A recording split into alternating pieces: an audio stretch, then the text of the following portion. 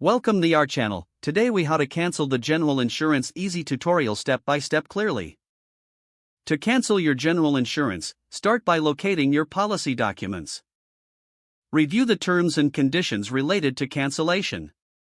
Prepare any necessary information, including your policy number and personal details.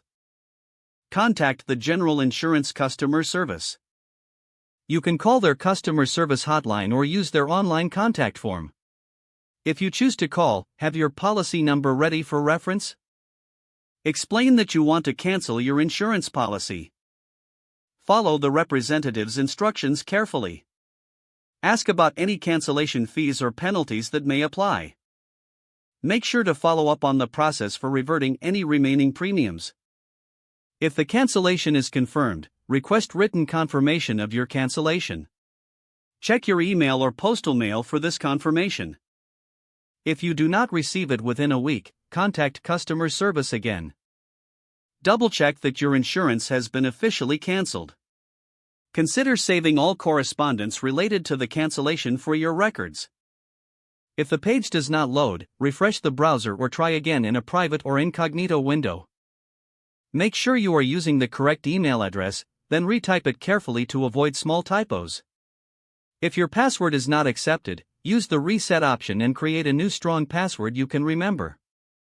Check your spam folder for verification or security emails, then complete any requested confirmation steps.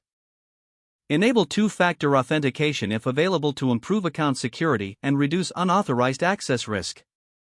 After signing in, review your profile details so your contact information and settings are accurate and current. If you see an error message, note it down and try again after restarting your device and internet connection. Log out when you finish, especially on shared devices, to keep your account and payment information secure. If the page does not load, refresh the browser or try again in a private or incognito window. Make sure you are using the correct email address, then retype it carefully to avoid small typos. If your password is not accepted, use the reset option and create a new strong password you can remember.